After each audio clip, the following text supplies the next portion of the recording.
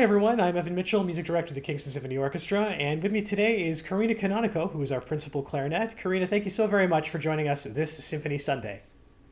It's my pleasure. I'm happy to be here. Great. Well, today we're going to be talking about a really wonderful piece. This is the Pelléas and Mélisande suite of Fauré. It's a piece that I really love, and it's a piece that I had actually never heard ever until just a couple of years ago. And I so became enthralled with this piece that I wanted to program it as soon as possible. And as it turns out, this piece was programmed on one of your very first concerts with us. This would have been, I think it was, yeah, Masterworks 3 of the season in which you first came to become part of the Kingston Symphony Orchestra. And I'm just curious, what is it like being an experienced orchestral player coming into an orchestra where you're not familiar with the other wind players, the ensemble at large, or the conductor? What's that like, sort of making that particular journey? Right. Well, it's a very exciting situation to be in. I found it very exciting, anyways. Obviously, each conductor, ensemble, and wind section is unique, and every musician brings their own personal experience, style, and sound to the group. So, as a new member to the orchestra, I had to. There was a bit of a learning curve. I had to kind of determine how to fit into that sound. And hopefully just add to it and help the orchestra sound at its best.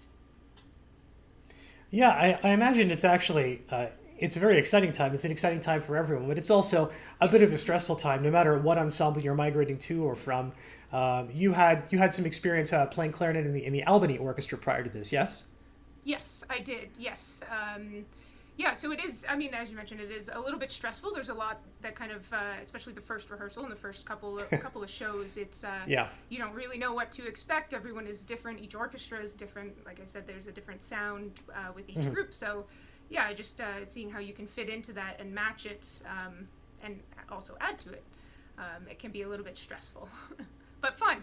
Fun stress. But fun. No, it's fun. It's wonderful. I mean, like that's I always think of all music, particularly orchestral music, as a it's super cheesy, but this journey of discovery. And so I think that Yes, one of the most exciting elements of that element or of that journey is at the very beginning when we're all sort of getting to know each other and we're all seeing what we can do, and that becomes the point at which from which we grow. And you can look back and just see how much progress we've all made and how much growth there's been, and how the artistic arc has just taken off from the beginning to the present moment and beyond.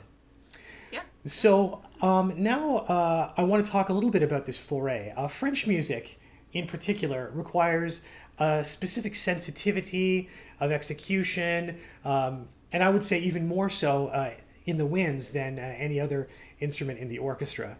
As a clarinetist, what are your thoughts on French music and how you approach it? Yes, well, I definitely agree with that. French music definitely requires sensitivity in terms of phrasing, the sound. As a clarinetist, I always try to do a little bit of a brighter sound for French music as compared to German music written around the same time as this, the Fauré, like Brahms or Wagner. I would strive to get a little bit of a darker sound, more rich tone quality. So how I would approach that on the clarinet is often, I mean, some embouchure changes or slight adjustments. I could do that, but mostly I would say that I pick a reed to kind of suit the music and give me the sound that I'm really going for. And then as well with the expression, it needs to be super, super delicate for French music, I would say. So just creating more subtle phrases and nuanced phrases is challenging, but French music calls for it, I think. It's really a tightrope act. Very challenging to play French music. Very rewarding though. I think French music, it's some of my very favorite type of music. The French music that's sort of around the turn of the 20th century. Actually, just so filled with such colors and such incredible craft, and beautiful melodies and beauty just surrounding it, and cradling every single phrase. Now it's interesting that you talk about music written around the same period from a different lineage. When you encounter a piece of new music, there's again, that sense of particular sense of discovery, but at the same time, there are a whole bunch of different conventions that we're all aware of, and there's a sense of all of us coming together to create, to bring this brand new piece of work to life. That's a very specific instance of something that we often do in the orchestra. This is a little bit different because it's a piece that's definitely off the beaten path. It's not something that's really in the standard repertoire. I really think it should be. I think it's an extraordinary work. But so you sort of have that sense of newness and freshness, and at the same time being aware that it comes from a period and from a place in which there is sort of an expected tradition and expected style.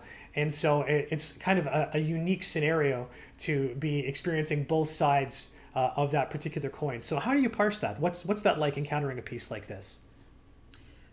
Yeah, for sure. So, I mean, when you approach a piece that has the expectations already in place, so something that's very mainstream in the repertoire, it can also be exciting. I think it's also exciting if the piece is new to you, because you have those expectations in place, but you still, or I do anyways, you try to kind of put your own take on it, so your own personal touch. So still make it your own, even though those expectations are in place. Whereas for the foray piece, I mean, as you mentioned, you weren't super familiar with it, and I was not either prior to performing it last year. So I think my approach is to know the expectations of pieces around the same time and the same style, as you mentioned. So looking at other French music around the same time, knowing the general traditions and expectations for that style of music, and then also just making it your own, and taking the new piece in the direction that it calls for. And a lot of it can kind of be dictated by the writing and the style of the phrases and the colors that are evoked by the music. No, absolutely. I mean, it's one thing to play. Let's say we play a Beethoven symphony, and the thing is, those are perpetually fresh. I don't think that I could ever see myself tiring of the Beethoven symphonies. However, it's a little easier to come to one of those simply because there is that level of familiarity, and there is often even a sense of being able to have that sixth sense of a passage coming up. Oh, I remember the last time that we did this. Which probably wasn't all that long ago. We ended up having to deal with this problem or that problem, and so it's a little bit more of uncharted waters with this. But you do at least have the security of the understanding of the tradition in which you know that a piece like this foray suite is couched.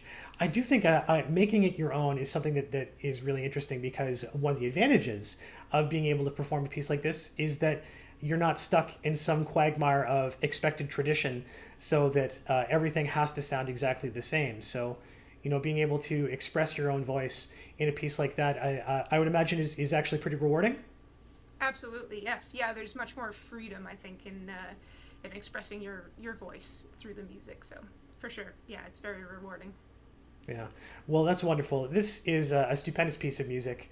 I think that this was, as I recall, a point in which I felt as though, you may recall that when you came to the orchestra, we actually had a lot of other members of the orchestra come in major positions. And we had some wonderful concerts in the early season that season. In fact, the season opener with the Canonico, that's a piece I definitely want to talk about at some point later on. But that was a really wonderful performance. However, this was the concert in which I felt as though we can all really start to come together. And so it sort of holds a very special place for me, because that is an exciting point along the road. So thanks again, Carina. And we're now going to play for you a 2-minute selection of Fauré's Pelléas and Mélisande.